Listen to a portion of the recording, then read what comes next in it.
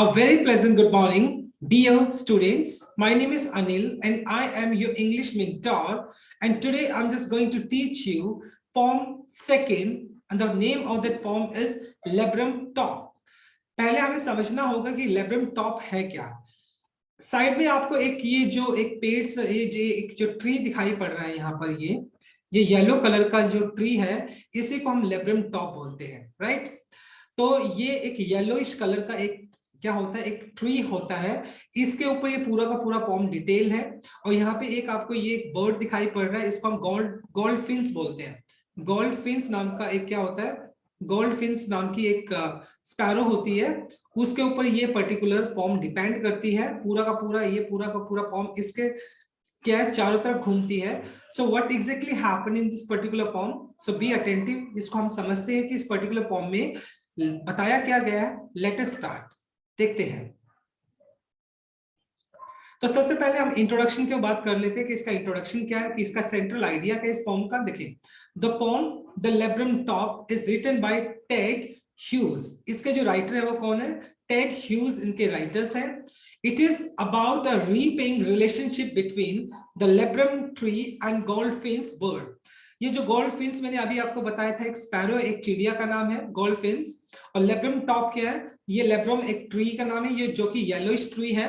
और इनके repaying relation, अब रीपेइंग क्या होता है, रीपेइंग होता है मतलब देखो, जब आप किसी चीज को रीपे करते हो, किसी को दोबारा से कोई चीज वापस करते हो, रीपे करते हो, तो कहने का मतलब जो लेब्रम ट्री है और गोल्डफिन्स है उनके बीच में एक बहुत अच्छा रिलेशनशिप है।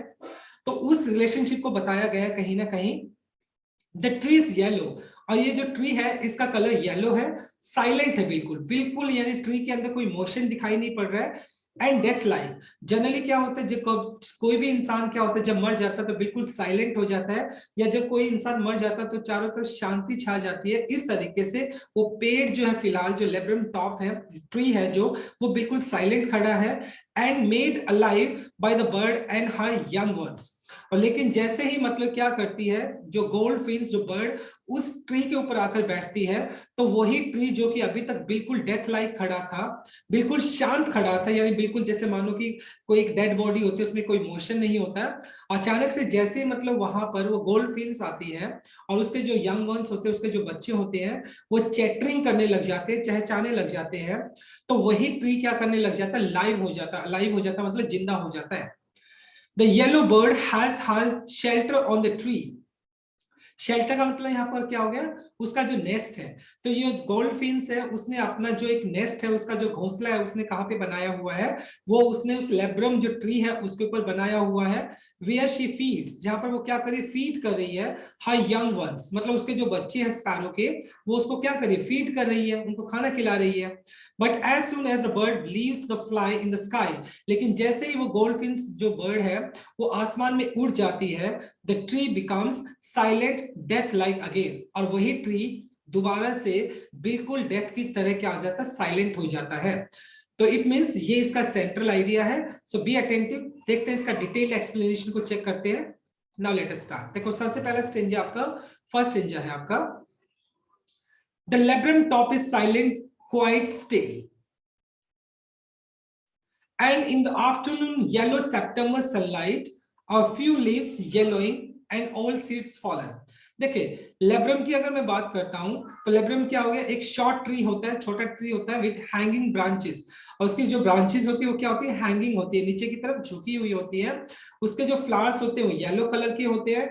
एंड पॉइजनस सीड, और मतलब उसके जो सीड्स होते हैं, मतलब उसके जो बीज होते हैं उस ट्री के, वो पॉइजनस होते हैं, जहरीले होते हैं, राइट, जैसे मैंने आपको पिक्चर में दिखाया था, राइट। अब इसका एक्सप्लेनेशन की बात करें तो ये तीन लाइनें हमें दी गई है, तो देखते हैं इसका।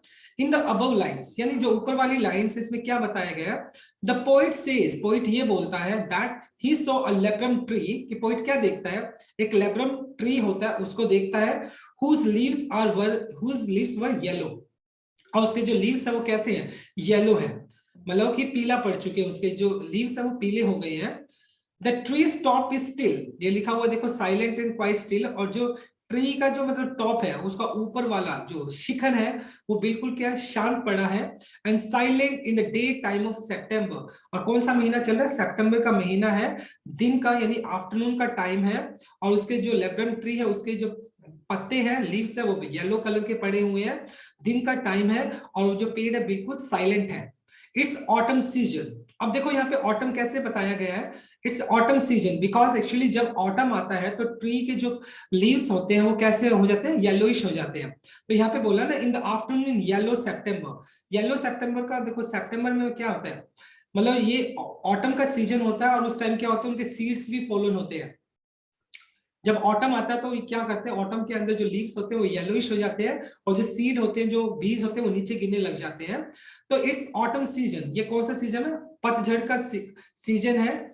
And all the seeds were fallen, had fallen, और जो भी सीड्स है, जो बीज है उस पर्टिकुलर लेब्रम टॉप के, वो जो ट्री के, उसके जो बीज है वो भी नीचे गिरे हुए हैं, राइट। अब मतलब ये पर्टिकुलर 3 लाइन का एक्सप्लेनेशन दिया गया है, लेकिन अगर मैं इसका एक लिटरल मीनिंग की अगर बात करूं तो पोइट ने क्या किया है, पोइट ने लेब्रम ट्री को ही क्यों यूज किया एक्सप्लेनेशन के लिए, देखिए the poet has used the word yellow, poet ने एक वर्ड यूज किया yellow, and leaves and sunlight. Yellow symbolizes, मतलब येलो जो कलर है वो किसी को सिंबलाइज करता है, साइलेंस को करता है, डेथ को करता है, एंड ब्यूटी को करता है। मतलब येलो कलर किसको सिंबलाइज करता है, मतलब साइलेंस को भी करता है, डेथ को भी करता है, ब्यूटी को भी सिंबलाइज करता है। He describes the whole scene of the tree with this color। और अगर आपने देखो तो पूरा का पूरा जो इस पर्टिकुलर अगर मैं बात करता हूँ स्टेंजा के अंदर, तो पोइट ने कौन से कलर की बात की है, येलो कलर की बात की है, राइट। तो ये आपका फर्स्ट स्लाइड था, फर्स्ट स्टेंजा था। I hope it is clear to you. Let's move on to a next slide. देखिए अब यहां पर सेकंड स्टेंजा का हम डिस्कस कर लेते हैं। Till the goldfinch. अब गोल्डफिंच क्या है, देखो गोल्डफिंच एक क्या होगा, एक small singing bird which yellow feathers on its wings. मतलब एक छोटी सी चिड़िया होती है, सिंगिंग बर्ड होता है, और उसके जो फेदर्स होते हैं, जो पंख होते हैं, वो कैसे होते हैं, मतलब येलो कलर के होते हैं। comes with a twitching chirp। Twitching का मतलब क्या होगा, सडन जर्क, जर्क का मतलब एक झटके के साथ, मोमेंट, ओके, मतलब एक झटके के साथ। चर्पिंग क्या होता है, चर्पिंग मतलब जो बर्ड क्या करते हैं, a bird making repeated high pitch sound, और जो बर्ड्स होते हैं वो लगातार चर्पिंग करते हैं, चहचहाते हैं, उसको चर्पिंग बोलते हैं हम।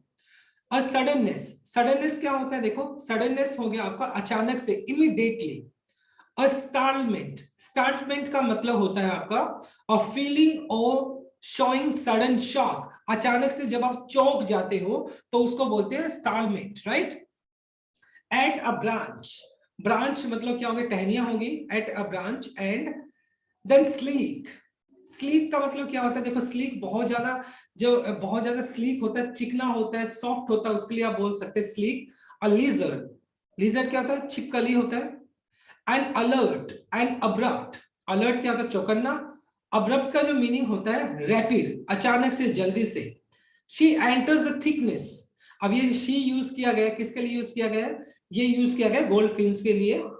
एंड थिकनेस, थिकनेस क्या होता है, गहराई के लिए यूज किया गया। देखो थिकनेस की अगर बात करता हूं, यानी जो पेड़ का जो गहराई है, तो उसकी बात की जा रही है। And a machine starts up. अब जैसे मतलब मशीन स्टार्ट्स अप क्या होता है, जनरली कोई भी इंजन जो होता है, जब वो स्टार्ट करता है तो पूरे का पूरा जो इंजन होता है वो क्या करने लग जाता है, वाइब्रेट करने लग जाता है। उसी तरीके से ये जो ट्री है, कौन से ट्री की बात करें हम, ये जो ट्री है लेब्रम, वो क्या करने लग जाता है, पूरा का पूरा वाइब्रेट करने लग जाता है ऑफ चैटरिंग। जो जैसे गोल्डफिन्स वहां पर आती है और वो चैटरिंग करने लग जाती है। एंड ट्रेमर, ट्रेमर का मीनिंग क्या होता है, देखो चैटरिंग हमने कर लिया। Tremor of wings, involuntary vibration of wings, मतलब क्या होता है, जो बर्ड्स होते हैं वो क्या करते हैं, अपने विंग्स को क्या करते हैं, फ्लैप करते हैं, विंग्स को क्या करते हैं, वाइब्रेट करते हैं। तो उस मतलब फ्लैप करते हैं विंग्स को, विंग्स को फ्लैप करने की वजह से जो वाइब्रेशन होती है उसके लिए हम बोल सकते हैं ट्रेमर ऑफ विंग्स।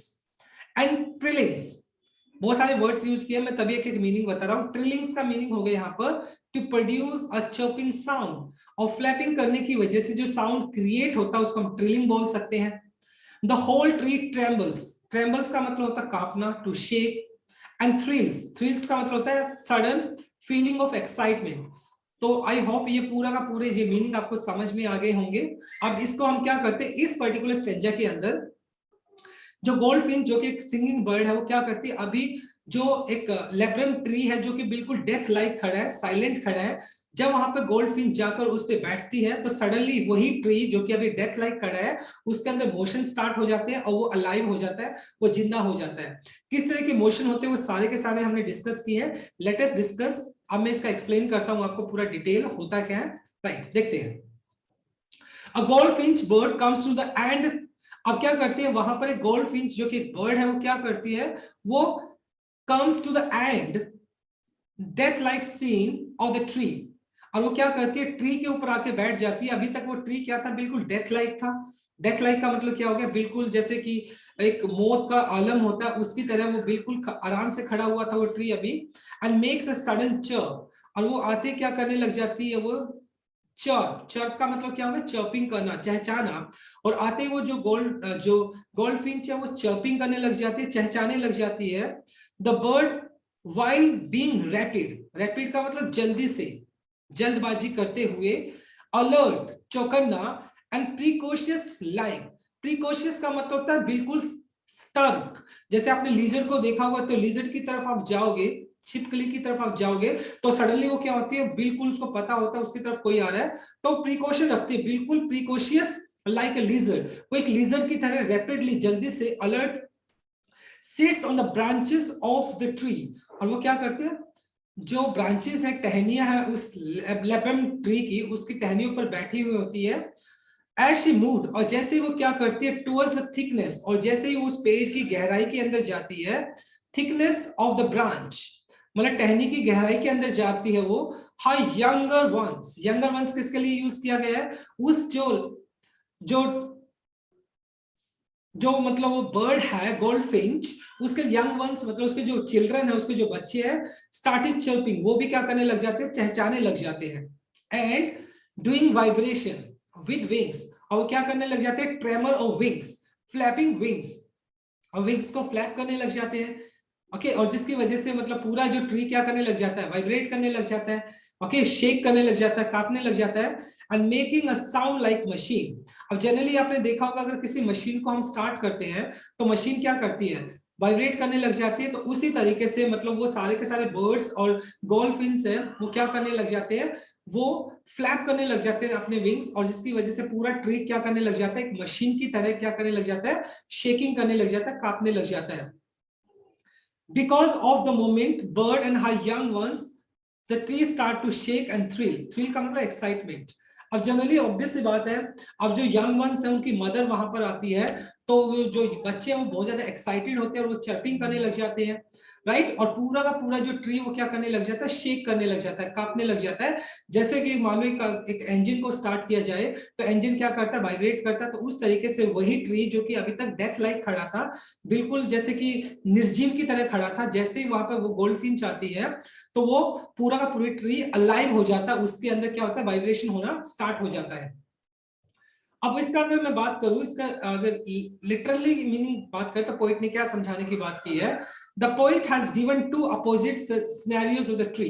यहाँ पे पोइट ने हमें दो सिनेरियो बताए हैं, यानी सिनेरियो का मतलब यहाँ पे हमें दो सीन क्रिएट किए पोइट ने। यहाँ पे दो सीन क्रिएट किए, क्या देखो, the first being death like. जो फर्स्ट सीन में हमने डिस्कस क्या किया था, जो ट्री है वो क्या था, डेथ लाइक था, बिल्कुल उसमें कोई इमोशन नहीं था। And then giving life and shelter the bird and her young ones. और लेकिन दूसरा मतलब वही ट्री क्या है, वो क्या करता है, वो देन गिविंग लाइफ, और उसके बाद मतलब पोइट क्या करता है, उसी पर्टिकुलर लेब्रम को लाइफ मिल जाती है, मान लो वो जिंदा हो जाता है, क्योंकि वो क्या करता है, उन बर्ड्स को शेल्टर देता है और उसके यंग वंस क्या करने लग जाते हैं, चर्पिंग करने लग जाते हैं। तो यहाँ पर अभी तक हमने दो सीन डिस्कस किए। सीन वन में क्या है कि जो लेब्रम ट्री है वो बिल्कुल डेथ लाइक खड़ा है, और सीन नंबर टू के अंदर जैसे ही वहां पर गोल्डफिंच बर्ड आती है और वो अपने अपने जो उसके यंग वंस होते हैं उनको फीड करने की कोशिश करती है, तो पूरा का पूरा जो ट्री है वो शेक करने लग जाता है, वाइब्रेट करने लग जाता है। Right, so my dear student, अभी तक आप लोगों को clear, please write in the chat box. अभी तक आप लोगों को क्लियर तो please write in the chat box, I am waiting for your responses. ठीक है, अभी तक अगर लोगों को क्लियर, इसके पोएटिक डिवाइसेस हम लास्ट में डिस्कस कर लेंगे, मैंने लास्ट में लिखे हुए हैं। राइट, थैंक यू बेटा, thank you, good, God bless you all, thank you. ठीक है, इस तरीके से मुझे रिस्पॉन्स करेंगे तो मुझे डिस्टर्बेंस भी नहीं होगी और मैं आपको अच्छे से समझा पाऊंगा। राइट। चलो अभी it's okay, stop sending me message, stop sending me message बेटा। राइट, अब देखो थर्ड स्टेंजा की अगर मैं बात करता हूं, बड़ा इंटरेस्टिंग स्टेंजा है, प्लीज हैव अ लुक। देखिए, it is the engine of our family, it is the engine of our family, she stalks it full and then flirts out to a branch end and showing her bar face identity mask। देखिए कुछ words हम discuss करते हैं पहले यहां पर। Flirts out, देखिए flirts out का मतलब लीड ऑन, आगे की तरफ बढ़ना। स्टॉक्स का मतलब होता है to add fuel to engine, मतलब जैसे मान लो कि आप इंजन के अंदर फ्यूल डालते हो तो क्या करती है, जैसे मान लो फ्यूल डालती है वो। एंड बर्ड स्ट्राइपी, स्ट्राइपी मतलब धारीदार जिसको आप बोल सकते हैं, जिसपे धारी वगैरह धारी सी बनी होती है, उसके लिए बोला गया। देखिए आप यहाँ पर पोइट ने क्या बोला, इंजन। अब जनरली मुझे एक चीज बताते हैं, मान लो जैसे आपने ट्रेन देखा होगा, तो ट्रेन के अंदर मतलब पूरी ट्रेन को कौन खींचता है, इंजन ही तो खींचता है, इंजन पूरी ट्रेन को खींचता है। इन द सिमिलर मैनर जो गोल्ड फिंच है वो क्या है, एक इंजन की तरह है। यानी गोल्ड फिंच वो क्या है, एक इंजन है जो कि पूरी की पूरी फैमिली को खींच रही है। इट मींस यानी गोल्ड फिंच जो बर्ड है वो अपने बच्चों को क्या कर रही है, वो फीड कर रही है, ठीक है, इंजन की तरह काम कर रही है। तो यही चीज इस स्टेंजा में बताई गई है, देखते हैं। देखिए, The labrum tree and the goldfinch bird is the engine of her family। देखो engine of the family क्यों बोला गया, क्योंकि engine क्या करता है, पूरी की पूरी जो फैमिली है उसको क्या, engine पूरी की पूरी गाड़ी को, ट्रेन को क्या करता है, खींचता है। इन द सिमिलर मैनर जो labrum ट्री है और जो goldfinch है वो अपनी फैमिली के लिए क्या है, एक engine की तरह काम कर रहे हैं। एंड शी प्रोवाइड्स, और जो labrum जो शी प्रोवाइड्स, यानी जो गोल्डफिंच है वो क्या करती है, प्रोवाइड करती है food to her young ones, क्योंकि वो अपने जो छोटे बच्चे उनको खाना भी देती है। And moves to the other branch, देखो यहाँ पर शी स्टॉक्स, स्टॉक्स, स्टॉक्स का मतलब क्या होता है, to add to fuel engine. जिस तरीके से अगर आपको मतलब एक इंजन को चलाना है तो उसके अंदर फ्यूल डालना होता है, इन द सिमिलर मैनर वो क्या करती है, अपने यंग वंस जो अपने बच्चे हैं उनको वो क्या करती है, उनको फीड करती है। और उसके बाद then floods out to the branch and, और उसके बाद क्या करती है, moves to the other branch and, और दूसरी टहनी के आखिर कोने पर जाकर वो बैठ जाती है। कौन, goldfinch. Her dark coloured face, striped face, देखो शोइंग हर बार्ड, बार्ड मतलब स्ट्राइपी जिसको बोल सकते हैं, धारीदार। और उसका जो ब्लैक कलर का जो क्या होता है, हर डार्क कलर्ड स्ट्राइप फेस, और उसके चेहरे पे धारी होती है, इज विजिबल, और उसका चेहरा दिखाई पड़ता है। And her body is yellow, और उस जो बर्ड है गोल्डफिंच उसकी जो बॉडी है येलो कलर की है। And hides behind the yellow leaves of the tree, और वो जो पीले पत्ते होते हैं उनके अंदर वो अपने आप को छुपा लेती है।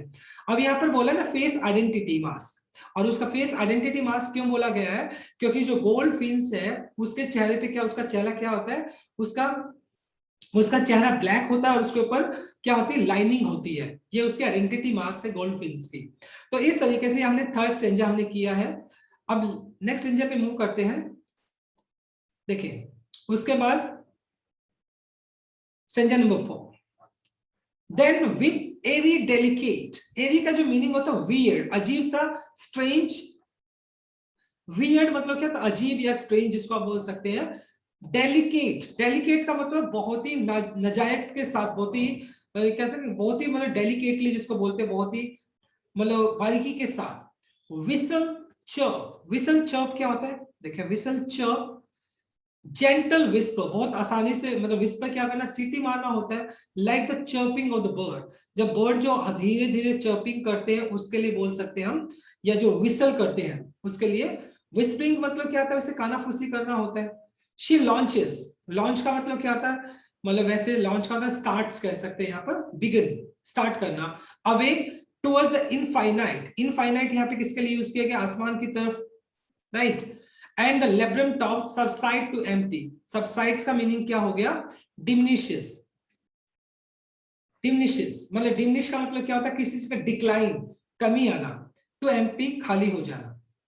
अभी यहाँ पे सीन क्या क्रिएट किया गया है, अभी यहाँ पे जो गोल्ड फिंच है वो क्या कर रही है, अभी तक तो वो ब्रांच पे बैठी थी, उस जो लेब्रम ट्री उस पे बैठी हुई थी, उसके बाद वो वहां से उड़कर आसमान की तरफ चली जाती है। वही ट्री दोबारा से क्या होता है, डेथ लाइक बन जाता है। यानी वही ट्री अब दोबारा से कैसे हो जाता है, जैसे वो पहले था बिल्कुल death like without any motion, वैसा वहां पर दोबारा से वो खड़ा हो जाता है। देखिए अब यहाँ पे क्या बोला गया, देखो after reaching the end of the branch, और जैसे वो ब्रांच के आखिर में पहुंचती है, कौन, जो गोल्डफिंच है वो ब्रांच के आखिर में पहुंचती है, the bird makes it sweet chirping sound, और वो जो बर्ड है,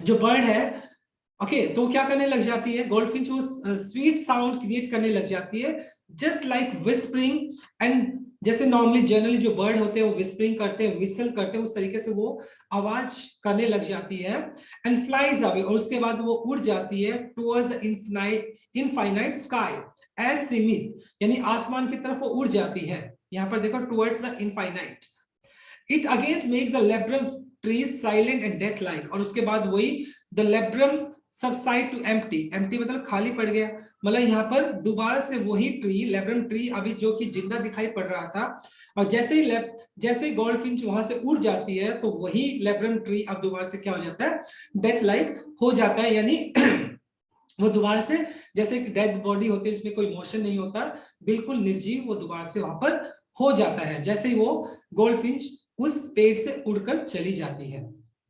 right, so my dear student, ये इसके एक्सप्लेनेशन थे। तो अब इसके कुछ पोएटिक डिवाइसेस की बात कर लेते हैं हम।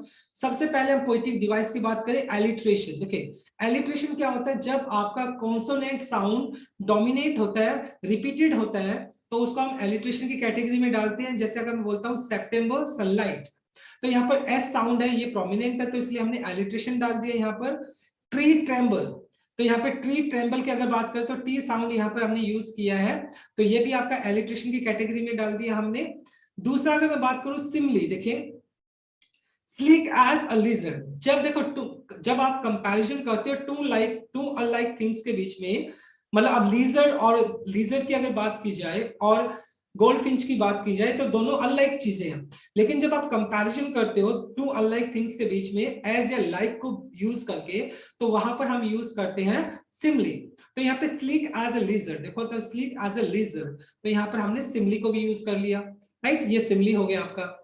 इसके बाद अगर मैं बात करता हूं मेटाफोर हमने कैसे यूज किया, देखो मेटाफोर में हम क्या करते हैं, डायरेक्ट मतलब जब देखो जिसको हम इंप्लाइड सिमली बोलते हैं, मेटाफोर में क्या होता है टू अलाइक थिंग्स होती है, लेकिन हम क्या करते हैं डायरेक्ट एक टाइटल दे देते हैं, टाइटल मतलब वो थोप देते हैं उसके ऊपर, तो उस केस में हम यूज कर लेते हैं, क्या यूज कर लेते हैं उसमें मेटाफोर यूज कर लेते हैं। जैसे अगर मैं बात करता हूं, she enters the thickness and machine starts up, the noise created by the moment of bird is compare to machine's noise. देखिए यानी जो चर्पिंग जो साउंड था, जो चर्पिंग साउंड था उसको हमने किसके साउंड के साथ हमें कंपेयर कर दिया, मशीन के साथ हमने उसको कंपेयर कर दिया। चर्पिंग साउंड को हमने किसके साथ बोल दिया, मशीन नॉइज जो होता है, मशीन जो एक साउंड क्रिएट करती है, चर्पिंग साउंड को हमने उसके साथ कंपेयर कर दिया, तो यहां पर हमने मेटाफोर भी यूज कर लिया। साथ के साथ अगर बात करते हैं पर्सोनिफिकेशन, देखिए पर्सोनिफिकेशन में हमने क्या यूज किया है, पर्सोनिफिकेशन क्या होता है जब आपका नॉन लिविंग और non human act as a living being, तो वहां पर हम पर्सोनिफिकेशन यूज करते हैं। तो अगर आप ध्यान से देखें, the whole tree trembles and thrills, अब देखो ट्रेम्बल्स कांपना होता है, थ्रिल्स एक्साइटमेंट होता है, अब ट्री जो होता है वो एक्साइटमेंट थोड़ी दिखाता है, ह्यूमन बीइंग दिखाते हैं ना एक्साइटमेंट, तो वहां पर भी हम क्या यूज करते हैं, पर्सोनिफिकेशन यूज कर रहे हैं। एट द सेम टाइम हमने जो गोल्ड फिन्स है उसके लिए बार बार शी भी यूज किया, शी। अब शी किसके लिए यूज करते हैं, वैसे तो हम फीमेल के लिए यूज करते हैं शी, राइट, तो यहाँ पर शी हम बार बार किसके लिए यूज करें, गोल्ड फिन्स के लिए यूज करें, तो ये भी हमारा पर्सोनिफिकेशन में हम डाल देंगे। जैसे यहाँ बोला है शी एंटर्स द थिकनेस, तो यहाँ पर एट द सेम टाइम हम पर्सोनिफिकेशन भी यूज कर रहे हैं। Clear? So my dear student, this is all about from my side. I really believe that you have understood this poem. Now, if you have any query, please feel free to ask me.